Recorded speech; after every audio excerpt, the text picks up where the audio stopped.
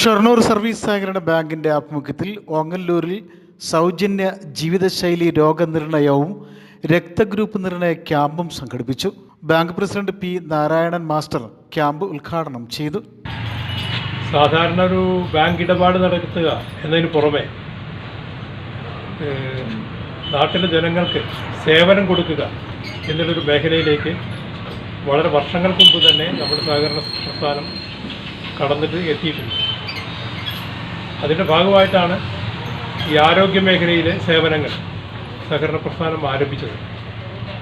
ഇവിടെ മെഡിക്കൽ സ്റ്റോറും അതുപോലെ തന്നെ ലാബും അതുപോലുള്ള സൗകര്യങ്ങൾ, ആശുപത്രികൾ വരെ നമ്മുടെ നാട്ടിലെ സഹകരണ പ്രസ്ഥാനം ഇത് വളരെ നല്ല രീതിയിൽ നടപ്പാക്കിക്കൊണ്ടിരിക്കുന്നുണ്ട്.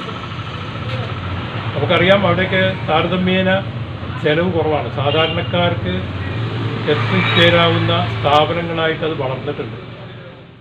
ബാങ്ക് ഡയറക്ടർ സജീന്ദ്രൻ ഉദ്ഘാടന ചടങ്ങിൽ അധ്യക്ഷത വഹിച്ചു.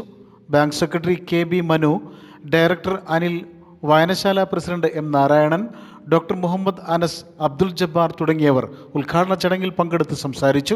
71ാമത് സഹകരണ വാരാഘോഷത്തിന്റെ ഭാഗമായാണ് ഷൊർണൂർ സർവീസ് സഹകരണ ബാങ്കിന്റെ ആഭിമുഖ്യത്തിൽ സൗജന്യ ജീവിതശൈലി രോഗനിർണയവും രക്തഗ്രൂപ്പ് നിർണയ ക്യാമ്പും സംഘടിപ്പിച്ചത്.